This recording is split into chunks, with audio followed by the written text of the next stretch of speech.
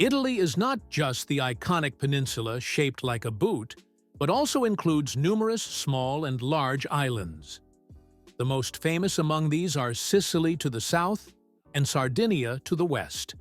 However, there is a third major island, which lies even closer to the Italian mainland than Sardinia, Corsica. Surprisingly, this island does not belong to Italy, but to France, which is much farther away. And this has been the case for many centuries.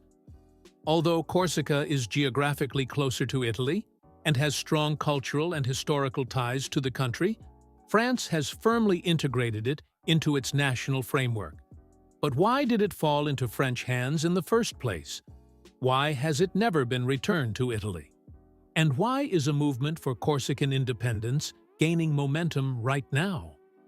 We'll explore all these fascinating questions in today's video. Enjoy!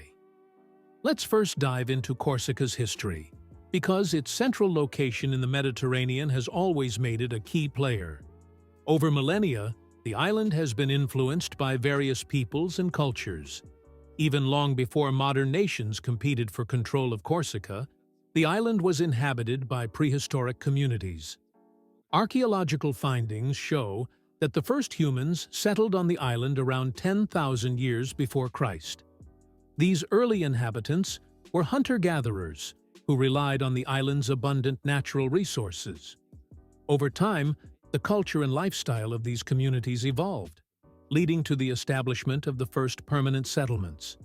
By around 6,000 years before Christ, people on Corsica had begun practicing agriculture and animal husbandry. It was during this period that the first menhirs, large upright stones, were erected, which can still be admired in various parts of the island today. Historical records of Corsica then begin with the maritime nations of the Mediterranean. The Phoenicians, an ancient seafaring and trading people originally from present-day Lebanon, were among the first to show interest in Corsica.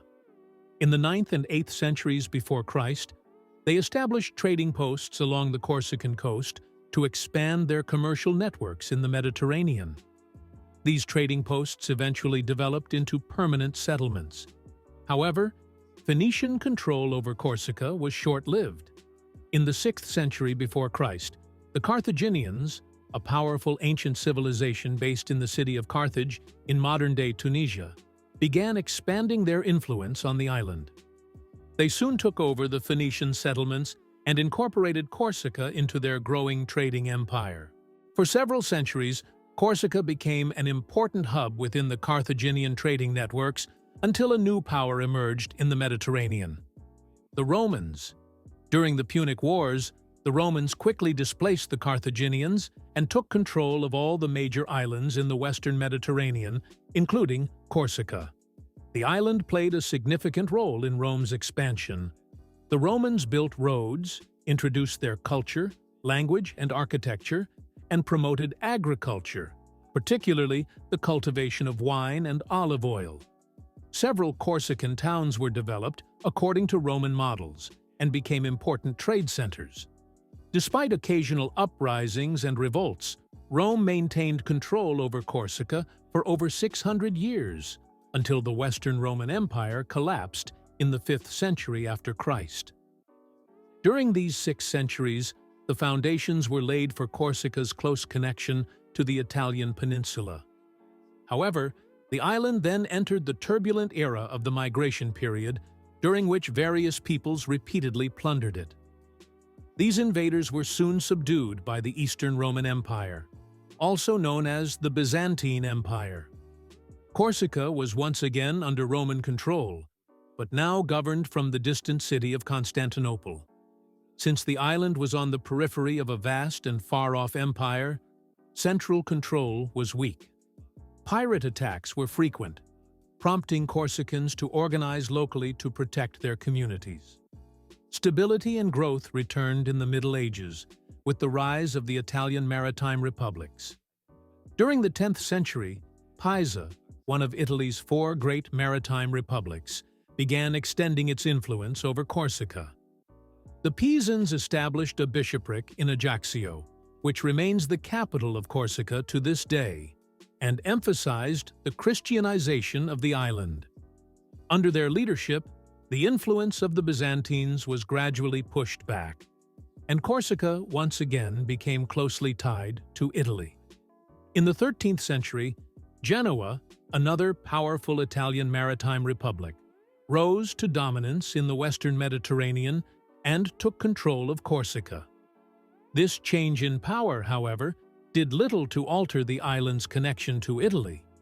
Under Genoese rule, Corsica was administratively reorganized, and numerous Genoese fortresses and watchtowers were built, structures that still dot the Corsican landscape today. Genoa also implemented a strict governance system and attempted to suppress rebellions by the Corsican population. In reality, however, Corsicans always sought independence and aimed to free themselves from continuous foreign rule.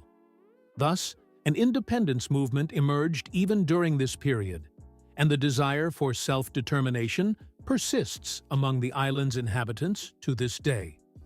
Driven by open uprisings and rebellions, Genoese rule and oppression became increasingly brutal. A strict policy of Italianization was enforced, which is why Corsica still maintains strong cultural ties to Italy today. It wasn't until the year 1755 that Corsica truly achieved independence for the first time.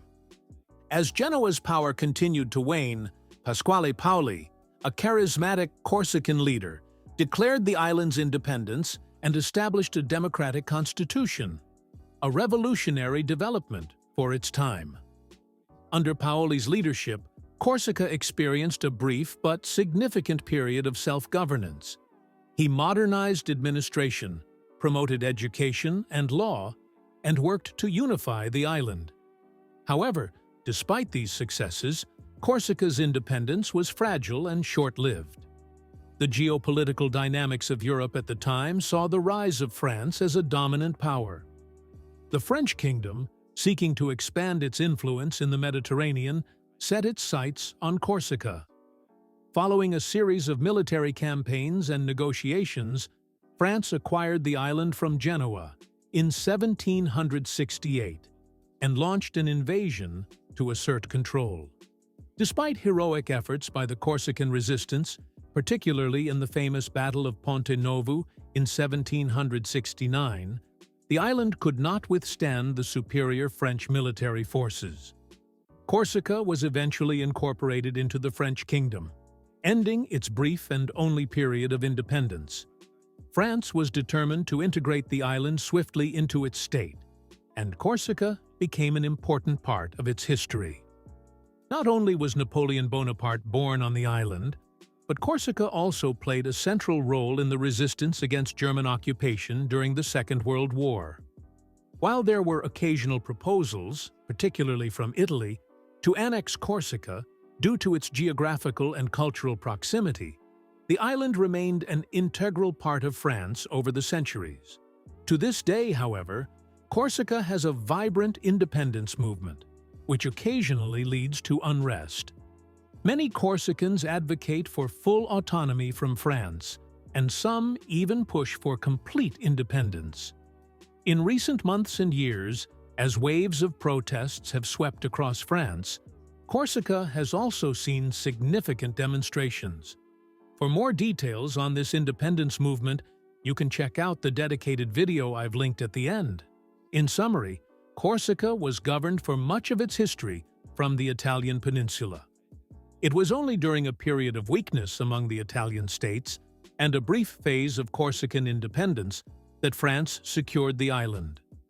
France quickly solidified its control, and by the time the modern Italian state was formed in the mid-19th century, Corsica was already an integral part of France. Furthermore, Corsicans have historically sought independence, rather than governance, by another neighboring state. Now, for the first time, Corsica might be on the verge of gaining lasting autonomy. If you're curious about this topic and want to learn more about the Corsican independence movement, I highly recommend the linked video.